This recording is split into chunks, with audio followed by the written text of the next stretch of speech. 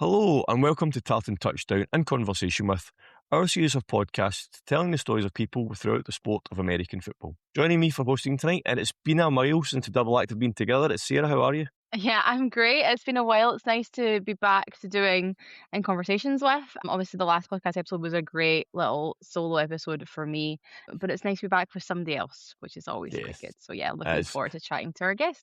perfect. Before I do introduce tonight's guest, make sure you are subscribed to us on YouTube and all podcast platforms to get our episodes the second they drop, and follow our Instagram and TikTok for all our latest content.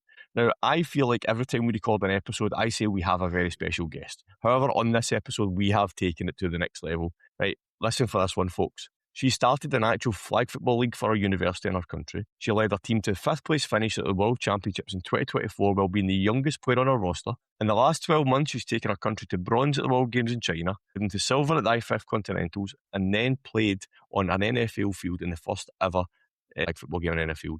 And that's not even half the story. Bonjour and bienvenue to Tartan Touchdown, Sara Parker. How are you? Hi, thank you for having me. I'm great. Perfect. That was a bit of a Jason Kelce inspired introduction there, but it is well deserved, I will say. Thank you. That was perfect. When I reached out to you at the end of March to invite you to come on here, and you instantly replied back to me and said you'd love to join us. So thank you very much for making time to chat to us tonight. We're delighted to have you on. Yeah, of course. It's rare that we have podcasts that actually give a lot of visibility to flags, so I'm happy to be here. Excellent. Thank you very much. I do feel like our podcast sometimes is a bit too flag heavy, Sarah, but we don't care. We want to talk to everybody and anybody to tell their stories, so we're delighted to have you. With our in conversations, what we tend to do is we take our guests back to the start. We kind of rewind back to the earliest part of your kind of life. So let's go back to the start. Let's go back to Greenfield Park, Montreal. What are your earliest sporting memories? Yeah, when I grew up, I was put into a variety of individual sports. I did dance, gymnastics. I did figure skating for a very long time. And then I kind of figured out at the age of like 11, 12, 13 years old that I was more of a team sport athlete. I tried ringette, so that's kind of like ice hockey. So I played ringette for a while, and then all throughout high school, I played basketball and flag. I tried out for the flag team, not really knowing what the sport was my first year of high school. And they put me at quarterback right away, and I never stopped since. It wasn't really like a main sport. All my friends or all my teammates that played with me in high school, it was like their second, third sport. And we only played in the spring. So the season was very short. It was really just like athletes from other sports. Once their seasons ended, they had an opportunity to come and try flag. So yeah. And then once I got to CEGEP, which is between high school and university here in Quebec, there was no flag at my CEGEP at that time. I didn't get recruited to any school to go and play. And I figured that I wasn't done being a student athlete, and I tried to develop the program there. We'll get into a wee bit more detail about that in a wee second, all right? We Yeah, don't want of to give course. away all your story yet, right at the start. Going back, you obviously mentioned when you went to high school. I read this in another interview that you'd done. You used to throw the ball about with your mum in the neighbourhood, and that's when you went to high school. You were the only one that really could play quarterback. Is that how did Yeah, that feel? Like being 12 years old and suddenly you're the quarterback of your high school flag football team? I think there wasn't that much pressure related to it, just because we were just like a group of friends wanting to continue and play another sport in high school. And I mean, the coaches I've had in high school have not had much experience in flag. They played it in high school and then didn't have any other opportunities to play afterwards. So they just came back to coach. So yeah, it was really just fun.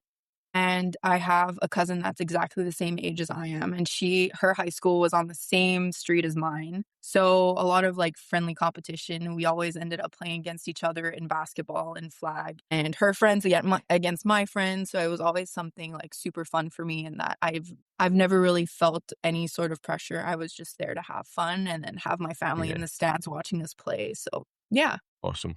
I say you selected at quarterback at the age of 12 and you've never looked back in that position. Yeah, So, exactly. Well, I've always been like in my different sports, in ringette. I was always like the one getting the assists and setting up plays, and same thing in basketball. So yeah, I just felt like it was kind of second nature for me to kind of be a little bit more strategic, be good at like yeah, setting up plays, and yeah. So it kind of came naturally to me, and then yeah, I've never looked back. perfect. And then you would then go on to college St Lambert and you didn't have that flag programme, and you mentioned yourself that that program was then started. Can you talk us about the process from when you first decided this is what I want to do and kind of push this, and what kind of challenges you faced in that process? Yeah, so my high school was actually across the street from where I went to CEGEP. So CEGEP between university and high school. So at lunchtime, I walked over there with my teammates from my high school and knocked on the sports director's door and asked if it was possible for us to have a flag team when we started in CEGEP. And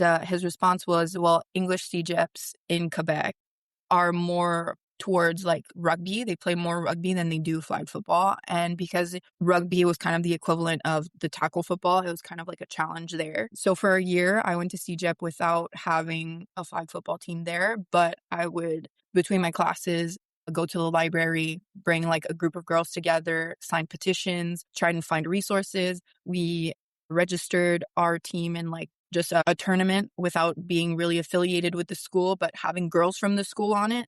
And we ended up winning that tournament before actually having the flag football team started and the program started. So we kind of used that as leverage to say, we don't only have the numbers, but we also have the talent to be able to have a competitive team. And then the following year, we managed to build that team. And we needed to start in like the lowest division, which is Division 4 at the time. And we ended up having a perfect season, winning 60-0 in the finals. And the following year, they bumped us directly to Division 1, which is something that was like never heard of. So yeah, I would say that was like a pretty successful story. And like even today, the head coach is the same head coach that we had found back Wow. in 19. Yeah, really proud of that. And like to this day, whenever they have open practices, like I make an effort to show up and show support. And yeah, really proud of that. In May 2025, they actually inducted me in their Hall of Fame. So I was the youngest one to Awesome. be inducted in their Hall of Fame. That's So awesome. that was an incredible honor. So yeah, pretty big deal. I'm really proud of that. And to this day, the program is very successful. And yeah, very proud of that. I mean, we'll kind of talk about other things you've done, but like that's to start with what you call your legacy at that age. That's very unheard of. Like in sports, just generally, that something you've done is still having that ongoing impact in youth in that area. It's incredible to hear. Thank you. I feel like, coming out of high school, I didn't really understand the potential that I had in the sport because I wasn't recruited. And then I ended up kind of by accident representing my province. I just went to a random tryout because it was next to my home. And I ended up making the team that won provincials. And then I represented my province at nationals, which was something that I never thought could happen. And then that's the following year that I decided that I wanted to start the flag football program there because I wasn't done playing. So I think every single time that I've wanted to continue playing, I kind of had to build my own opportunities. I was never picked. I always created my own kind of environment, my own team, my own programs. And yeah, I'm very proud of that. No, you should be. It's phenomenal to hear, like especially like I said, at that age to then go and do that. But then you would then go on to Concordia University, and you would then have to do it again, but on an even bigger scale this time. I read one of your previous interviews, like we discussed it there. Not only did you start a team, you effectively started a league for universities as well. Talk us through. I did read that all kind of happened during the COVID lockdown. Can I talk us through that process and how the university team came about and then the league? Yeah. So everyone knows about the COVID-19 pandemic. We were all isolated in our homes, especially in Canada. We spent a lot of time locked down. And we brought a group of university girls together. Our OC for Team Canada, Alexandre Desjardins, also was a tremendous help. He kind of helped us organize the whole thing. We had small committees of girls in every single university come together on all of our sides in our respective universities, trying to figure out what we needed for each university to kind of develop every single team. And then once we know like the foundation of building a team in every single university, because not all the requirements are the same from one school to the next. Once we have confirmation that we're able to have a certain number of teams, then we can bring it to the league and then try and develop the league. So from the very start, the provincial organization, which is the RSEQ in Quebec, was interested in kind of taking hold of the project. So we started off as club teams. So it was completely student run. For myself at Concordia, starting it up, my mom helped me so much. We shopped for all the equipment. We designed the jerseys. We had to book the field. We even hired our coaches that are still there today. So we played 4 years as a club sport, and there was so much success that we started having national tournaments, so post high school tournaments with like teams across the entire country. And now this year, so my 5th season, my last season, we were officially a varsity team representing like our universities, our school teams. We called each other bees before because we weren't allowed to be stingers, but now we were officially stingers this season. So yeah, it was really cool to be able to be a part of kind of have that recognition from our university. Yeah, we came a long way. Even the talent at the beginning, we had to like pick girls that didn't have that much experience in flag at all and try and build them up and make them competitive. And now we're getting rookies that are challenging our veterans that have so much talent, that have had opportunities and resources that we didn't have when we were in high school and CEGEP. So it's incredible to see how much the sport has been evolving and the more and more opportunities and resources that we're getting. So I'm excited to see what's next for the University League. I personally retired after my last tournament a couple weeks ago, but I'll be returning to Concordia as a coach because I just That's awesome. loved my experience there. I love the coaches there, so I'm not done working with them. I think you've read my questions before we came on here, because you answered 2 of my questions before I've even asked you them. So I'll go back first. Obviously, like you've put all that hard work in to create this team at Concordia. For you personally, when you got that recognition of a varsity team and you got that Stingers name, how much did that mean to you? It meant so much. I feel like the community of flag in Quebec is so strong and resilient because we've had to build every single platform and team and program that we've played in. I feel like every single one of us that are kind of like my age level, a little bit older, we're all pioneers of the sport. We all had an impact on the sport at one point in our lives. So yeah, having that recognition was incredible. Kind of the same, I would say it was almost like the same feeling as when they announced that flag was going to be at the Olympics. It's like, wow. For once, like people actually believe in us, want to give us these resources, these opportunities for us to grow and evolve without having to worry about being an administrator, club president. Being when I was playing at Concordia, I was the team captain, I was doing the budget, I was the club president, and I was also acting as the therapist for the team because I graduated in athletic therapy. So it's a lot of responsibility to ask. And for once, the girls we still have to manage budget and we still have to do a couple of those things in university, but just kind of taking some of that weight off the girls and them being able to just be athletes and focus on just showing up to practice and their trainings and working on themselves individually, not having to do all those things is pretty cool. Yeah. How did you manage to balance all those roles? I don't really think, well, I mean, when I show up to the field, I'm just happy to be there. So whether I'm taping, I'm throwing balls, I'm carrying the big bag with all the balls, like at the end of the day, I just wanted to practice and play, and I got that chance. So Did you finish 3rd this year? Is that correct? In the national championship for the Concordia? Yeah, we haven't won a national championship, unfortunately. We've won 1 bronze and 2 silvers. Okay, fair. Yeah, we've won 1 provincial championship in 2024. And that's the one I was thinking of, yeah. Yeah, and this year we were finalists again. Université de Montreal were the national champions and provincial champions this year. Yeah. So you kind of mentioned there that this year was your last game, obviously, at the university, going to go back and coach. But how would you sum up the last kind of 3 or 4 years as a player for the Stingers? Yeah. Honestly, an incredible learning experience. Watching the sport grow was incredible. The teammates I've made, the girls I've met, the relationships I've built, I feel like that's kind of what I take away from my experience at Concordia. My receiver, number 15 from the national team, Caroline Maquin-Joubert, she was my receiver at Concordia since the very first year. I'm really grateful for having her as a teammate and being able to build our chemistry and our relationship and being like incredible friends from Concordia to Sub-Zero to the national team.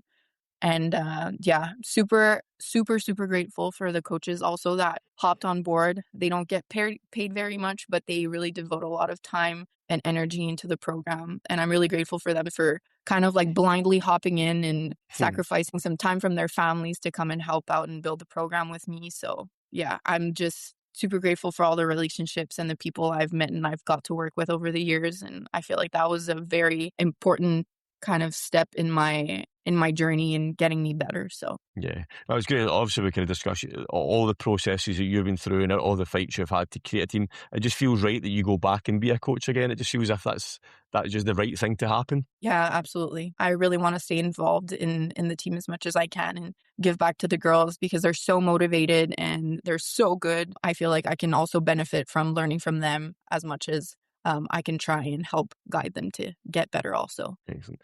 We had a chat a couple of weeks ago through messaging. You talked about you were doing your thesis at university, and it's on the movement competence in youth flag players. You can talk us through that topic and why you chose that topic for your thesis. Yeah, of course.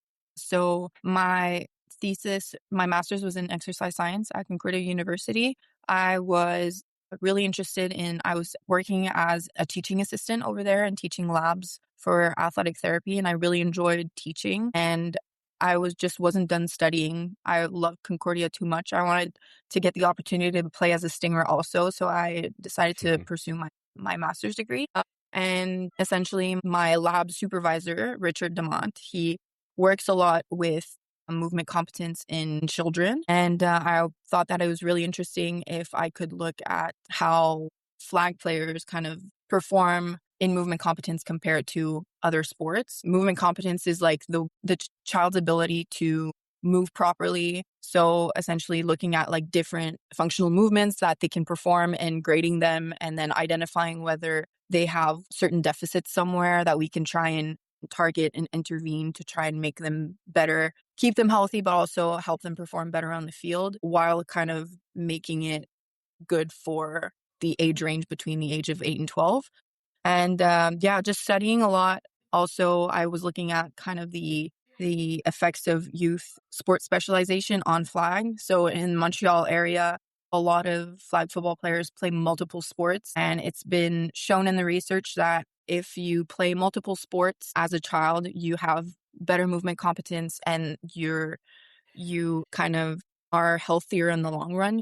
You participate in sport later on in life and you're just healthier later on when you're grown and you just keep good healthy habits. So yeah, I kind of like my research kind of supported that point where a lot of the flag football athletes played multiple sports, which made them perform really well on the functional tests and the movement competence tests. And at the end of the day, when I look at our national team, a lot of the athletes played multiple sports growing up. And I would say that the athletes that played many sports, a variety of sports, are the ones that perform the best on the field, that have like the best IQ, that are more agile. So it was really interesting to see and kind of relate how they move as children and then kind of see the impacts later on. Yeah, it's phenomenally interesting to get to hear that kind of study. And again, it's another example of you giving back to the sport, which is again phenomenal. It's one of those things that you say, like bodies at a young age, that's when you need to get them moving. And if you're stuck to one sport, like you said, those other parts of your body aren't going to develop in that athletic way. So it's great to see that that's something that's being considered. It's something now that,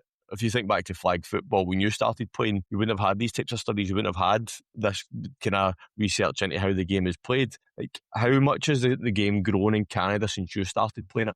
It's grown so much. Now we kind of see it because there's like a shortage of refs. They're looking for coaches everywhere because so many girls want to play. So I think not only more girls are interested in playing flag football, but the quality of play is just incredible. I'm meeting young girls that are already so good at an age that I hadn't even touched a football yet. So I think the future of Canada flag football is very bright. And yeah, I'm excited to see what's next. And what would you put that growth down to? What do you think has caused it to grow so quickly, especially in Canada? Because we know it's grown across the world very quickly, but is there anything specific you think in Canada that's caused it to grow so quickly? Specifically in Quebec, I feel like flag football really grew at a tremendous pace. I think that just the fact that the university flag football league was developed, and now there's more interest in girls trying out in elementary school, high school, because now they know that they have kind of a longer pathway. And once they hit university, then they actually also have opportunities to play for their province, but also for their country. Yeah, I think that the opportunities and everything that was developed with like the IFAF championships and also the visibility that's been given to us a little bit more throughout the years really motivate the girls to try and like push a little bit harder in that sport and take advantage of all those opportunities to eventually hope at making either a provincial team or a national team one day, because the level of the level of flag in Quebec is very impressive. I think it's a little bit better than all the other provinces. So on the Canadian national team last year, 12 out of the 12 athletes were actually from the province of Quebec, because we're very talented and we have great quality coaches. So that really helped us kind of get to a higher level. And of course, when you practice and play against the best, you get better. So the sport in Quebec has grown tremendously. And I feel also that people are trying to give us a little bit more visibility. And that really helps. And that kind of encourages young girls to try out and play a little bit more. And now they have role models to look up to, which is awesome. They look up to all the girls on the national team, which is awesome. I've hadn't had the opportunity to have kind of that role model figure, like person to look up to in flag, because we weren't given kind of that visibility and those girls to look up to. So yeah, I think that plays a big role, especially also with the Olympics for sure. Yeah. I think that they saw that the Canadian national team is very strong and that we actually have a chance to qualify our country for the Olympics. So then there's also that dream of wanting to be an Olympian one day. For sure, that's a big motivator also. Yeah.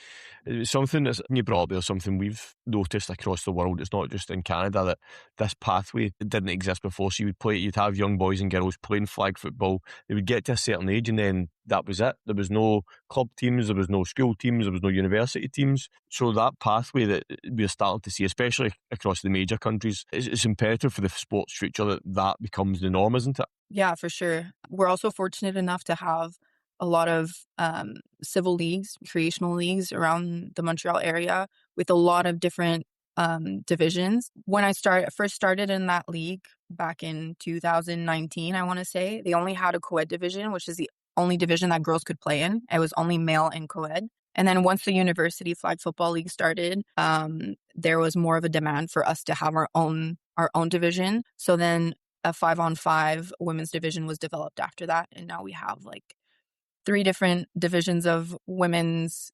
We have 3 different divisions of co-ed. So now everyone kind of has the opportunity to play, whether it's in stronger divisions, weaker divisions. And that's kind of how we play with Sub-Zero. We play in that league in the Montreal area. Yeah. And you kind of, it's so funny, Dan said how like you answered like his kind of questions earlier, like you've actually perfectly segued into like kind of the like next segment we're going to talk about. And obviously you mentioned before we went on air that Canada's obviously reaction and support kind of women's sport in particular is probably a lot more positive than potentially some other countries kind of around the world.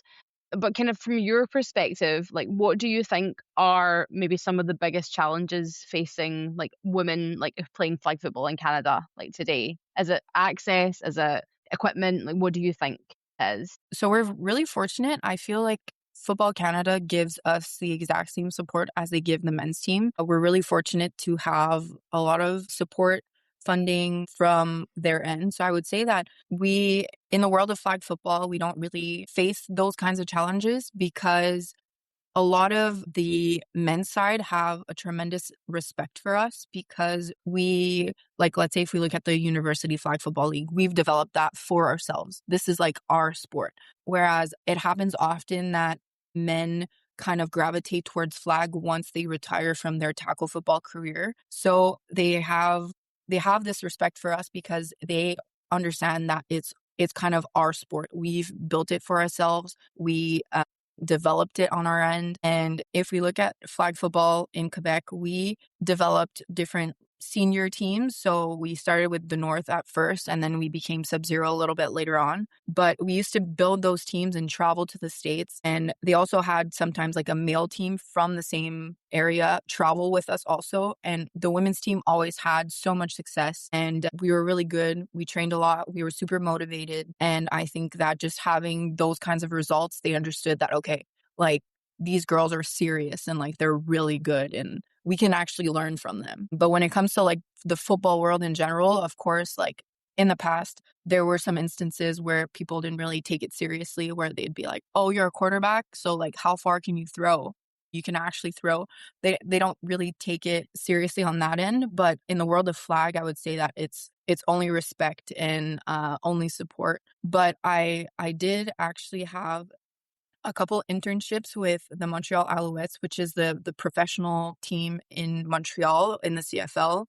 And the CFL actually has different programs to try and support women in football. So they have a women in football program, and every year they nominate a woman for every single CFL team for them to experience kind of like the professional side of football. And from what I've seen, the players only have respect for those women. They listen. They're always super impressed. And yeah, I would say that in Canada, we don't really have like that kind of hate. I feel like the narrative is kind of flipped here, which is awesome. And it's a very welcoming environment for young girls to come. I remember starting to train with quarterback movement, which is my quarterback coach. I used to be the only girl quarterback throwing with him. And it happened really often where I was in a session where only guys were there. And they've never made me feel bad for throwing a small ball or not throwing as far, or they were really supportive and encouraging. And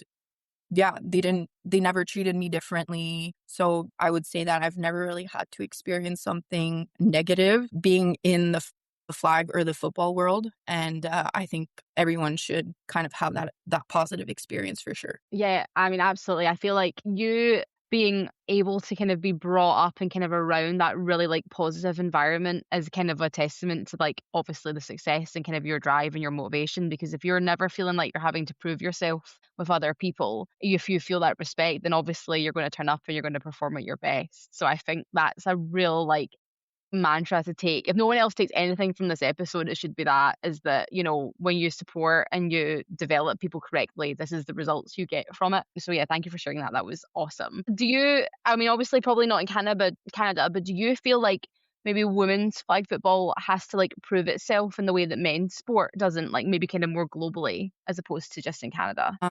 That's a great question. Globally, I feel like people have this.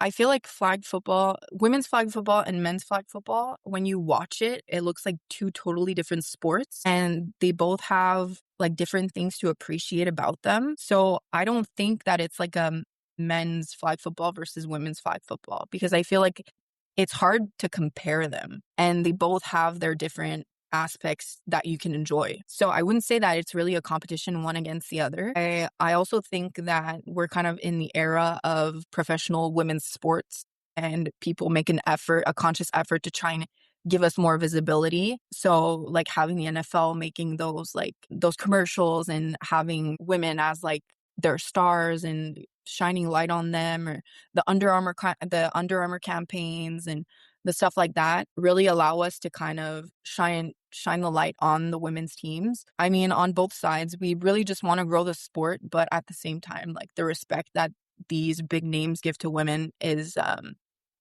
really awesome, really. Yeah, no, totally, for sure. I remember seeing it, like, it was when everything started to come through for like the Under Armour advert and everything else, and I was like, I cannot believe that this is the where we're going to, like in a good way. I was not shocked, but it's just so rare to find like an organization which is primarily like a male focused organization like the NFL really pushing like women and knowing where it's going to be. And I know that obviously the commissioner is a massive like flag football and like is trying constantly to get women playing it because he knows the value of it. Kind of on a topic that's kind of is related to obviously we're talking about, but maybe not flag football specifically. We kind of talk openly in a lot of our in conversation with, especially with female guests, about like how we're now discussing more openly like how women's health has a real impact like when you're playing like a sport. So like your recovery period, like your hormone cycles, and how like athletes like physically respond to training kind of during that. Do you kind of feel like there's a positive kind of aspect around that in kind of like Canadian football in particular, or is it still something that's maybe not a taboo subject, but no one really talks about it? Well, on our team, we're fortunate enough to have a woman as a head coach. So her name is Rachel Lessard. She's amazing. And I feel like on our end, she's very open to adjusting to whatever individual athletes need. But of course, I think from a research and scientific kind of standpoint, I know that women going through, there's a certain stage in their menstrual cycle where they are producing a certain hormone that creates a little bit more laxity in joints and stuff, which kind of will increase your risks of having like potential knee injuries, ankle injuries, stuff like that. So yeah, of course, female athletes have multiple challenges, and that being one of them. But I think it's just an example of how strong and resilient we are, and how we're able to kind of overcome those tough days and still be able to show up and perform the best that we can. Yeah, I think we're really strong human beings, and that we can do anything. That's pretty much that's pretty much it. Yeah. Yeah. And then you mentioned as well when talking about like how then it has an impact on obviously kind of what you're producing kind of and you like in the body at the time, like you're going through obviously that specific part. And particularly things like ACL injuries have a really obviously a much higher chance of that happening to you. Do you think, as well as kind of like being obviously your researcher and your kind of like that kind of medical background, do you think it's something like players and coaches are much more aware of now? Like even compared to what 5 years ago? Yeah. Well, we hear a lot that these days ATs, physios, researchers say that there's kind of this epidemic of ACL injuries, ACL tears, and that we kind of have to do something about it. A lot of different research labs have developed different interventions to try and reduce the risk. So like making sure that the hamstring to quad ratio is good and that you're creating that stability within your knee and you have the physical muscular kind of ideal condition to try and prevent those injuries. Obviously, there's no perfect science and you can't necessarily prevent them 100%, but you can of course try and put you in a better position to stay healthy throughout your season. I think that the most challenging part in flag is that we don't really have an identified off season where athletes can take the time in the weight room to either develop skills to perform better, but also to prevent and like create strength to prevent injuries. We have tournaments every 2 weekends, like there are USA flag tournaments every weekend, and we're traveling back and forth. And there's a university league, and then it's a national team, and then there's Tampa, and then it kind of never stops. So I think that that's really just the biggest challenge is trying to figure out when to take a break and when to train and protect your body from injuries and take the time to get better. I would say that that's the biggest challenge when it comes to physical preparation, but also injury prevention. Yeah, absolutely. And kind of like, despite all those challenges, obviously we've just like not long spoken about how the growth of women's flag football in Canada has been incredible. Like what gives you optimism about where the sport is heading next and kind of that development around kind of like female health and like making sure that like women have a voice in that and their like in their bodies and what they're able to produce? Yeah, well, I think just discussing it on these types of platforms and giving that visibility and talking about it openly and not being ashamed of it and just being able to sensitize people to it, because not a lot of people think about it. It's something that we don't openly share with people. But yeah, for sure, just creating the narrative that like, don't be shy, you can talk about it. We want you to be safe, stay healthy. So any sort of accommodation that you might need, at the end of the day, you want to perform your best when you get to those important games. So yeah, just being more open about it for sure, talking about it, and then adjusting anything to try and make it work out. Perfect, Sarah. It's great to hear that you're having positive experiences, because we kind of spoke about it before. We've spoken to many guests in the past where it's been the complete opposite. So to hear the flip side of that, it makes such a difference. And Sarah will tell you, I have been on my soapbox so many times about this topic. I mean, I'm a massive supporter of it, and this is why we started these conversations, and we have it with every female guest. So we do appreciate your kind of openness and honesty about talking about that topic. So we do appreciate that. Thank you. Of course. You have talked a few times about Sub-Zero throughout our conversation so far, but we've not went into any great depth about them. So let's talk about them now. You kind of put a team of elite players together and created Sub-Zero. Is that kind of how it all came together? So we started Sub-Zero in summer of 2023. We were getting ready for the national championships. So in 2023, basically the national team selection was whichever team won the national championship was the team representing Canada and Finland the following summer. So it wasn't necessarily like a hand-picked selection where they had like an ID camp and a tryout and they had the best players on the field in Finland. So obviously you're trying to build your roster so you can have the strongest team and the most performing team. So it increases your chance of like winning that final game and representing your country later. We've had a lot of bumps in the road. We ended up not having a coach like maybe a month and a half before nationals. We had 2 empty spots on our roster. We brought back one player out of retirement. Her name is Sabrina Gervais. So she plays on the national team now, but she took a break from flag. She's actually a mom, so she has 9-year-old twins. And Wow. we were desperate to fill those spots. So we brought on board Catherine Gaumont. She played snapper, but we had a spot on defense. So we asked her to come and play defense for us. And we brought Sabrina Gervais out of retirement to come and fill in for us. We ended up winning that tournament by 1 point. So that's one decisive point that makes the difference between representing your country and not representing your country, which is crazy if you think about it. And today, those two are still on the national team. Catherine still plays defense. Sab is the defensive captain. So it was kind of like, I think that life has a funny way of making things happen. I thought that 6 weeks before the national tournament, there was no way that we were going to win, because everything that could have went wrong. And I was ready to be like, well, you know what? I'm going to show up and I'm going to do my best and I'm just going to have fun, and whatever's going to happen is going to happen. And the girls that were on the team, it was like a mix of tackle girls, younger girls, girls coming out of retirement, offensive players playing defense. It was like so many different personalities and so many different eras of flag football. But then the following year, we trained, we practiced together, and we became so close. I feel like that kind of bond and experience is like something that I'll never be able to live ever again, because I had teammates from so many different backgrounds, so many different personalities, and we ended up it was just an incredible experience. I love every single one of those girls. I'm going to remember that season forever.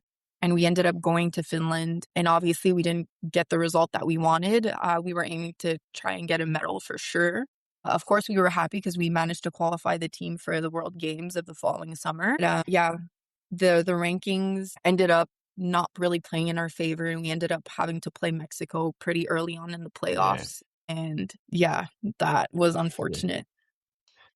If you think back though, like you start the team in 2023, you go through this whole amazing process of winning the national championship. Basically, 1 point means you now become Team Canada, and then suddenly you're in Finland the year after, representing your country. Yeah, you said you finished fifth, you wanted the medal, but if you just think back on that 18-month period, that's crazy. Like a team's come together, not even just to compete at a domestic level. You've suddenly went to the World Championships and finished fifth.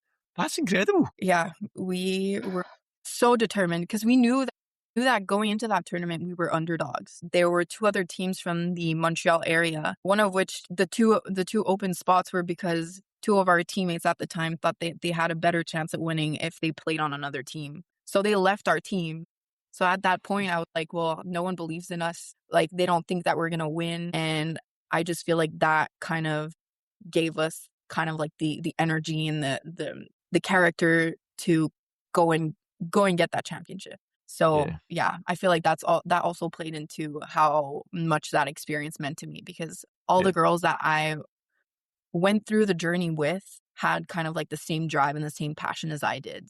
I mean, like, I didn't know that was a selection process from Canada until I was doing my research to chat to you tonight. I was like, it was just a crazy thing. I think that's how they decide on the national team. But in a way, it kind of makes sense because in that team have got the chemistry already. So I can see why they've done that. I believe they have changed it now. It's more kind of tryouts and camps and stuff like that now. But going back to then, like, you went to Finland, the first kind of representation of your national team and it was at a World Championship. How did that feel for you as the leader of the team, as a quarterback for the team? Going to Finland was, the whole process leading up to it was really challenging, because the coaches that were coaching our team automatically became the coaches of the national team. And at first, he wanted to make sure that the quarterback going to Finland was the best, and they have like the power on the roster. They can change whoever they want. That was present at the national championship. So if they thought that a player from another province was good enough to be on the team, they're allowed to replace one girl from another. So throughout the entire year, I had 3 quarterbacks come to our practices and try out and try to take my spot. And I feel like it just builds character. It builds adversity. You go through hardship. You have good practices, you have bad practices. But at the end of the day, I showed up to Finland and I was never that confident in my capabilities and my game. I was ready for that tournament. I was overall, I think that that's the first time that after going through all of those hard things, I proved to myself that I was good enough to play on that stage. And I'm somewhat happy with the results that we've had. Obviously, we wanted to win a medal, but I think it was an incredible learning experience for me, and it really contributed to the player that I am today, for sure. If we move forward a bit and we move into 2025, so you had that phenomenal year in 2024 going to Finland, and that if we get to 2025, it just gets even crazier for you. And it's not even a crazy year to say. There was a crazy 3 months right at the end of the year, so let's go through it in order. So first of all, you mentioned yourself, he's qualified for the World Games in China. So we followed the World Games very closely from the UK, so we did get to see a lot of you guys playing over there. It was a great experience to watch. Top 8 teams in the world going for those kind of positions and winning that kind of the World Games. How was that experience for you going up against, like, you are playing the best of the best in a small tournament? Like, what was the experience like? It was a very intense summer.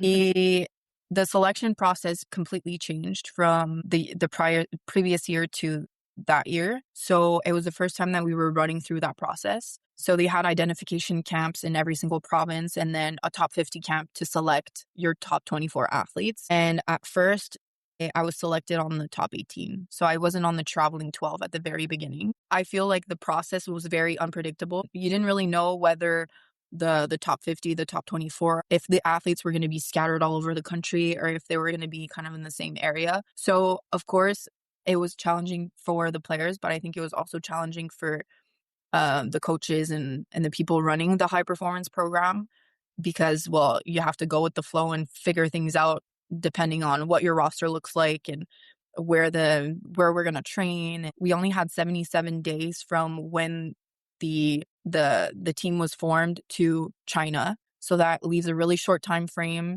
to prepare for that. And I mean, I worked my ass off in the summer just to make sure that I was going to be the one going to China. And I managed to, once again, prove myself right, get my spot on the roster. And when I was there, it was worth, I mean, all the hard work that I put in. It was an incredible experience. We felt like professional athletes for a whole week.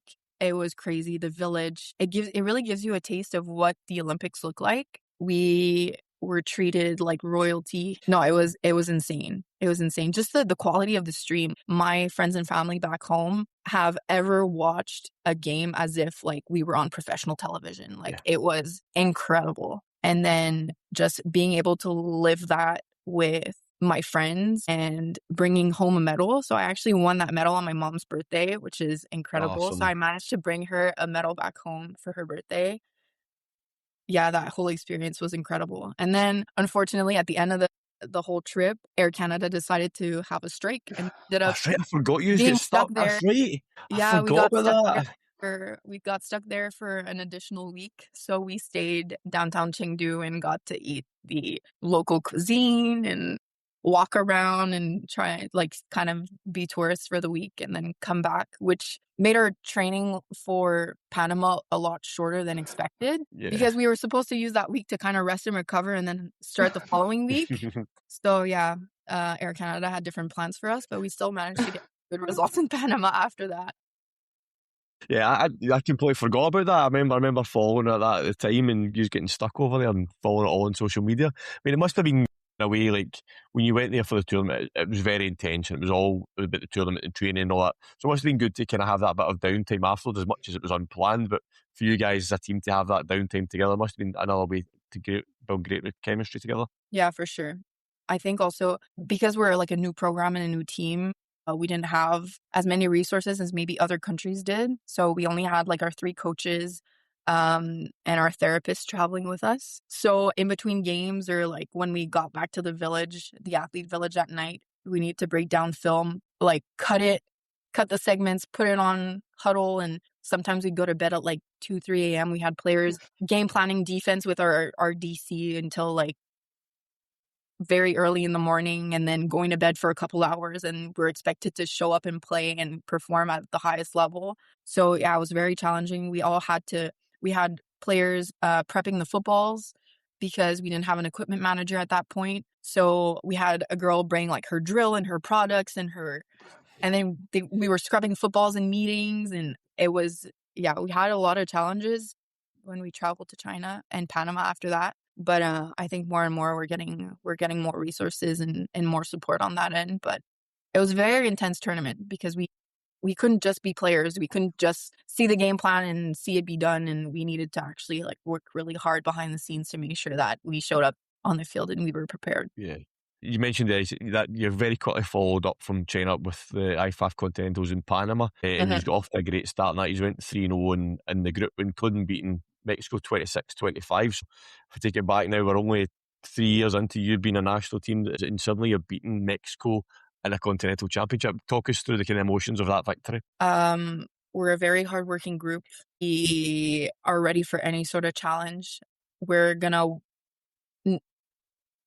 work hard until we get the results that we want. And I think that was just one stepping stone and one kind of statement that we are proud of and that we're going to keep in the back of our minds. Obviously, the final didn't go the way that we wanted. We weren't able to play that second half. So we're confident, and we know that if we had the chance to play that second half, the outcome maybe would not have been the same. So we're excited to get to have that rematch and prove to ourselves that the outcome could have been different.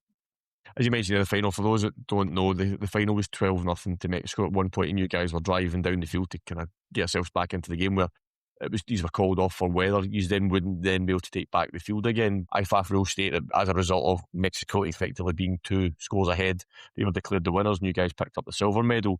Yeah. I'm not going to ask you to say anything controversial. I'm not going to ask you to kind of catch out here, but what was your thoughts and feelings when that was decided that's what was going to happen? Well, obviously, we were very upset about it. You work really hard to try and make it to those big medal games. And I think that the energy and the momentum was kind of on our side. And we just didn't get the opportunity to be able to come back in the game and try and win it, because I think that a 12-point deficit in those kinds of games, you never know what can happen, really. So, yeah, of course, we felt really upset. But at the end of the day, I feel like we kind of used that medal as motivation for the next time. If the situation wasn't like it was, and let's say we didn't finish the half, or we were losing 12-6 and we became co-champions, because I don't think that we would have had the same satisfaction as if we actually won the game in the regular time.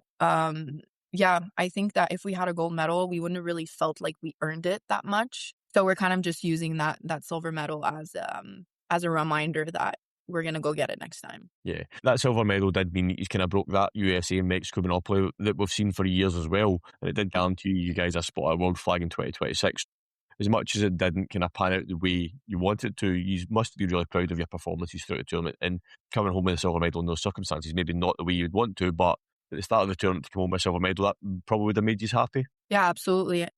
We were such a young team. Like I mentioned, we had 77 days from the moment the team was formed to our first tournament in China. So earning a silver medal with just 77 days of practice and preparation, I would say is a huge accomplishment. Yeah. So, I mean, now we just get to build on what we built last year, and hopefully we get really good results also this year. Yeah. Again, as I mentioned, this was a very busy period for you guys. Just generally, 2 weeks after Panama, you're suddenly on a different field with a lot more eyes on you, and maybe not as kind of pressured environment. You guys, halftime whistle goes, Bills versus Patriots in the NFL, and you guys take to the field to play a flag game against USA at halftime in an NFL game.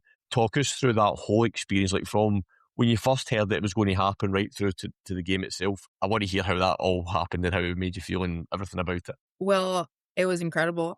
Before then, I had only been to one NFL game, so it was my second game. And It was crazy. We heard from staff that it was the first time that so many people stayed seated in their seats to watch the halftime.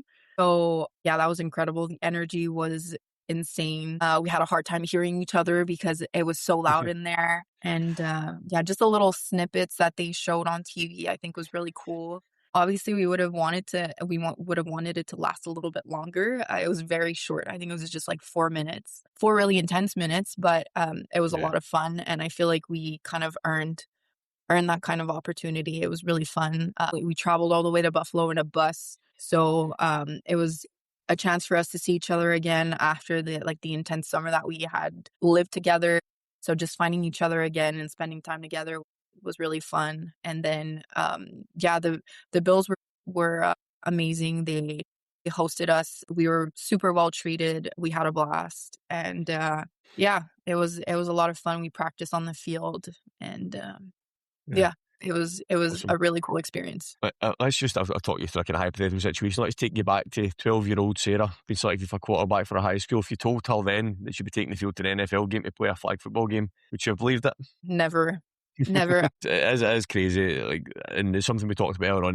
The flag is now getting that recognition. Like, I played flag football a lot longer ago than you played. I played it 20 years ago when we were playing on public parks. You were just finding bits of grass to play a game. There was no pitches, there was no lines.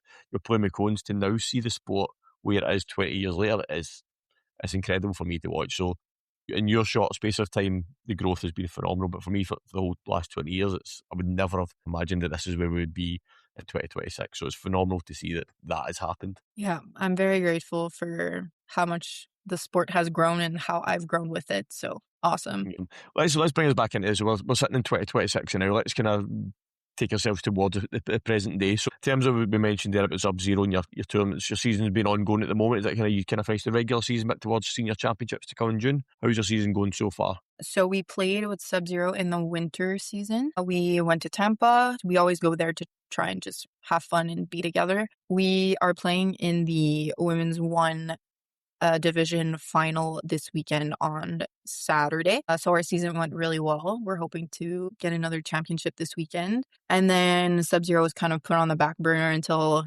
next year, obviously, because our focus needs to be with the national team.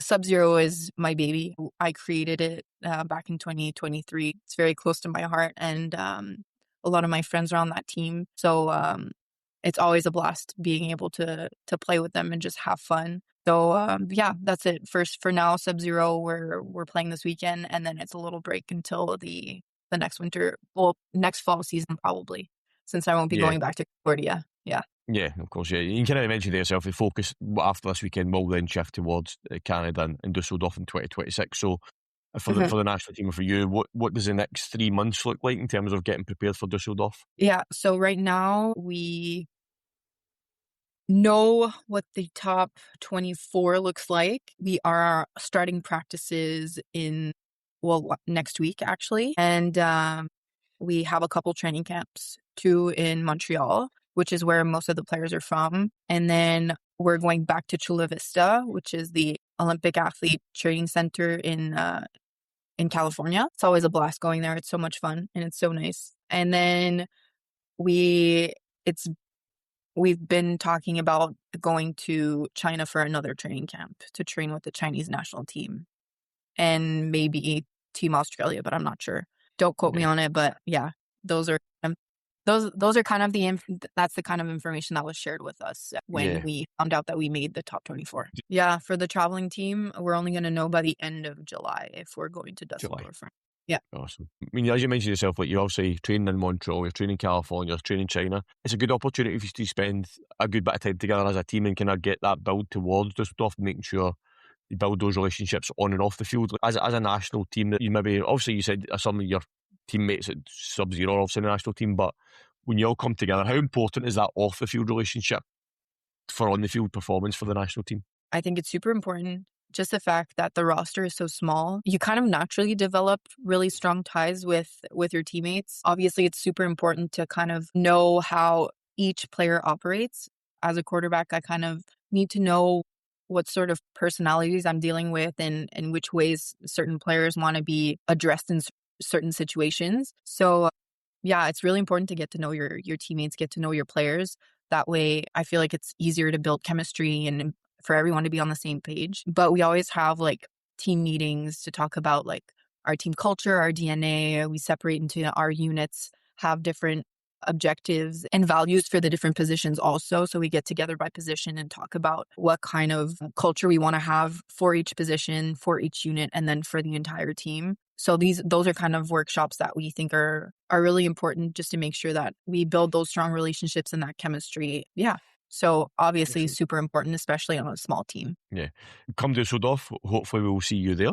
But your three opponents you're up against, you've got familiar foes in Panama and Brazil that you'll know quite a bit about already. And you've also got the team I like to call the Mavericks, Japan, because you don't know what you're going to get with Japan. They are so creative and some of the plays that they came out with, you're like, where do you even think that up? What's your kind of makeup of those three opponents that you've got come Dusseldorf? So we don't take any of those teams lightly. For Panama, the game was really close. Same thing for Japan. We won on the last play of the game when we were in China. So we know that our pool is pretty strong and that we need to be ready for every single team that we're going to meet in Dusseldorf. Obviously, we're trying to prepare so we can be ready for any sort of situation, whether I think we're pretty good at being able to adjust against different teams. So I'm excited to see what they're going to show up with. And yeah, my favorite part of the game is... Yeah, I mean, what's great about these World Championships, we've mentioned like, the sport has grown globally massively,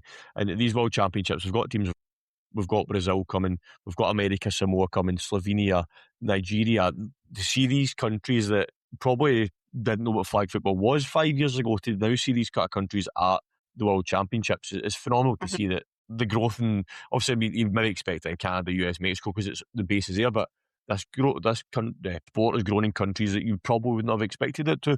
For you as a player and someone who's given so much to the game, how much does that kind of make you happy that you see that kind of growth across the world? It makes me really happy. Just getting to play against different countries. No one plays the sport the same. So I'm excited to be able to watch and play against different countries that I haven't played against in the past. So for sure, I think it's amazing. And I feel like it just makes the entire flag community better because we can feed off of each other and learn from our different playing styles. And it's just going to be more interesting to watch. And then once we get to the Olympics, everyone's going to be obsessed with flag. And then it has to come back for the Summer Olympics in 2032. Yeah, we're hoping so. Excellent. In terms of, like, I'm not going to put you on the spot too much, but we're not going to kind of hold you to anything, but what's Team Canada's kind of goals and expectations for Dusseldorf? Have you kind of had that kind of sit down yet and had that chat yet? Yeah. So I'm going to quote my coach. She said, "We're aiming for gold and nothing less."